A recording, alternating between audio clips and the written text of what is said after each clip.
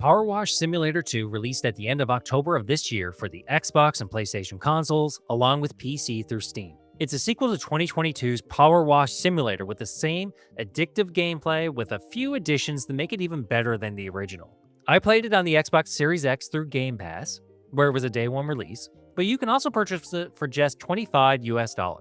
So, is Powerwash Simulator 2 worth playing on console? This review is going to answer that question.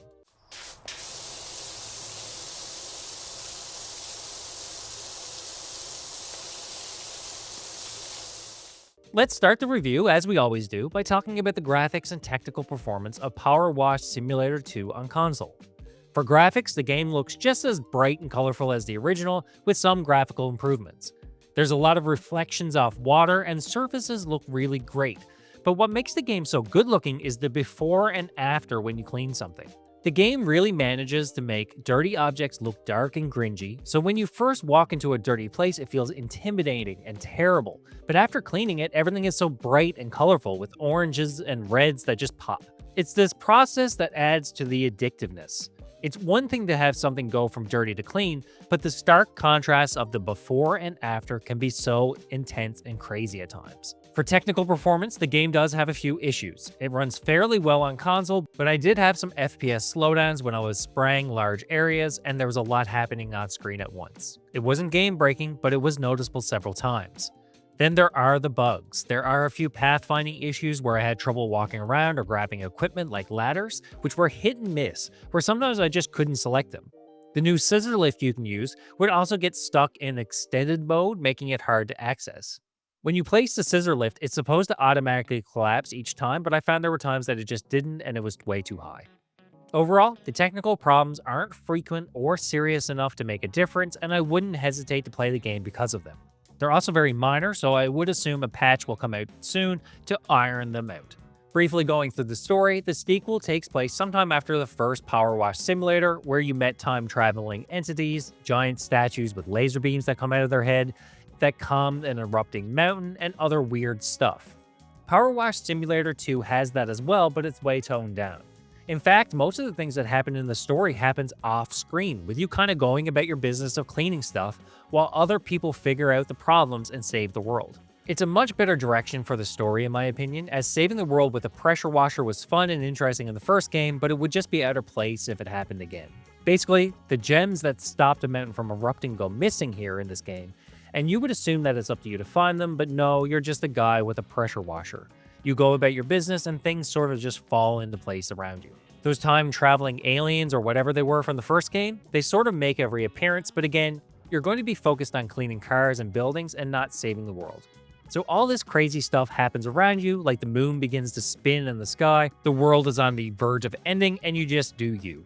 It's great, and I really enjoyed the change from the first game. It hints at things that are happening in the original, but they aren't important enough to stop new players from hopping into the sequel. I'm going to put this observation here rather than in the gameplay section, but the maps and tasks are way better in the sequel. The original had you cleaning these massive structures and areas that could take hours at a time, and they were really hard. Everything just became bigger and harder each time, and it could be really daunting without a break in between. Powerwash Simulator 2 mixes things up enough to keep it interesting. There are a few big areas to clean, but they're broken up with small cars or funny objects along the way, so you're never stuck on one area for hours on end.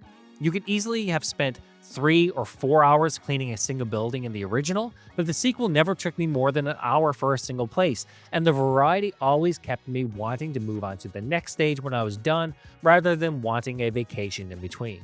Alright, let's dive into the gameplay. You pressure wash. Things are dirty, you go there, and you blast them with water until they're clean. You earn money from each job to buy better pressure washers that have better range, or the ability to clear harder dirt and grime. Each mission you go on takes you to a new location where you clean a car, or a building, or an exterior of a building. They are always completely covered in dirt to the point where you can't even see what color they are. Then, as you clean them, they're revealed in all their glory. To top it off, you get a before and after shot that shows a quick video of you cleaning the area. And if you get stuck and you don't know what's dirty, you can highlight the dirty areas, and there is a list that shows you what needs to be done. Unlike the first game, I found the sequel to be more forgiving on dirt. You don't need to scrub it completely clean before it declares that it's clean and does the rest for you, so you won't be hunting for that single speck that's hidden under a rail. but you do need to clean it enough to be thorough, so a quick blast of water won't be enough. As you progress, your pressure washer does get better, unlike the original where each map had harder and harder mud and dirt and oils that would take forever.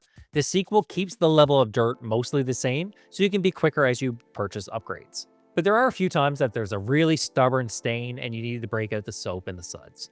To help you, the game gives you stools and ladders, scaffolding, and a scissor lift. You can get extensions for your washing wand, allowing you to reach further. Basically, it's a game about pressure washing, but it's also fun and addictive as hell.